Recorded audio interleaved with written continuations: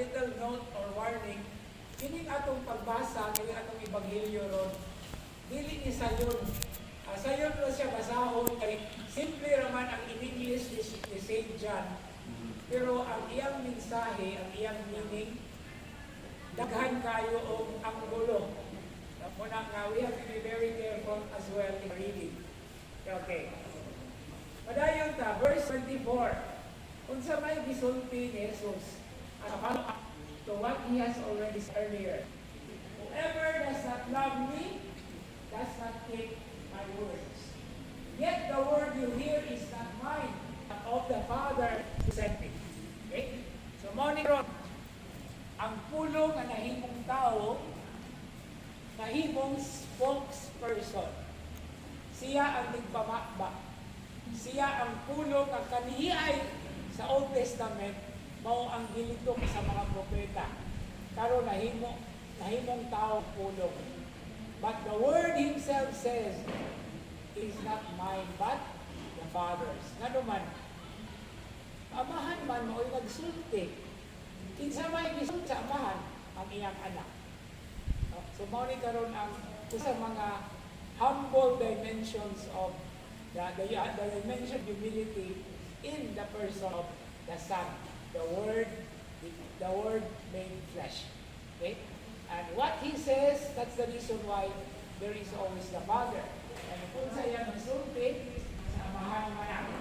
Okay? So at this point, Jesus draw no further conclusions, but the intent is clear.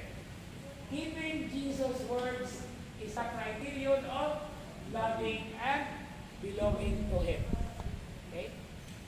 Ang pagbaton sa pulong o ang pagbuhat sa pulong mao'y criterion, mao'y basihanan, mao'y sukaranan sa paghigugma o sa pagkaiyaha.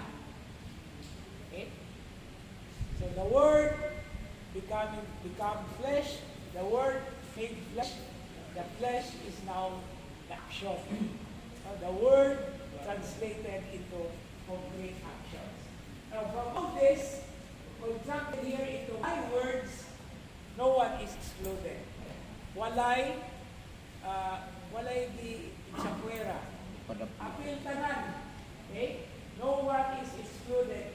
But one who does not keep Jesus' words, this is the unspoken conclusion.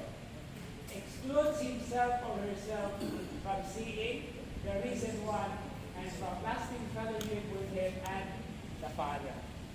So it is just between those who listen and obey and those who do not. No? Pero there is a very significant reminder here sa parable ni Jesus in the Synoptic Gospels, in the other Gospels. Ingon says was, it is not enough to listen to the Word. Listening to the Word is not enough.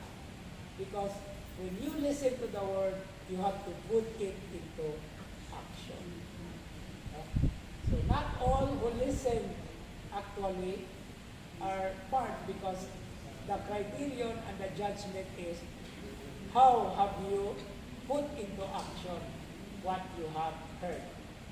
Okay, what you have taught, what you have learned. Okay. And then, padayon. All this is so because the decisive and great significance of the word that Jesus once more said, yet the word you hear is not mine, but that of the Father who sent me. Okay? So, dili siya. Kapag siya mangyod ang pulong sa amahan. Okay? Finally, there is no fellowship with the heavenly Jesus for those who think they can escape the decision confronting them in the word of the earthly Jesus, the one sent by God. So, kusay ipamulong ni Jesus sa iyang ministry, una ang pulong sa kawasan, mauusab ang tukaranan, padulong sa maong malahutayon na pagpapigilang bibig kaniya. Okay? So, there is the earthly Jesus, the Word incarnate, the Word become flesh, and of course, there is also the glorious one. But these are not two different persons. they are one and the same. And when we are talking about Him who speaks, it is the Father actually speaking to us. So, mao na ang amahan nga naging hinabi ka nato. Pinaagi sa iyang bugtong anak. That's why when we pray, we are actually conversing.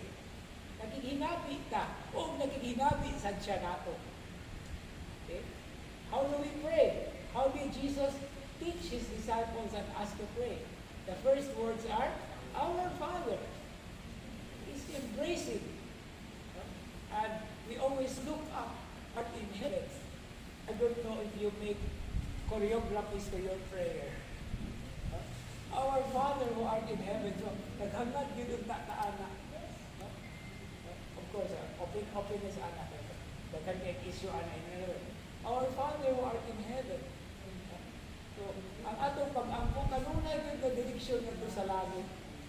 Pero kinsay nagtundo ang pag-ampo? Jesus. Okay? So, continue. Okay.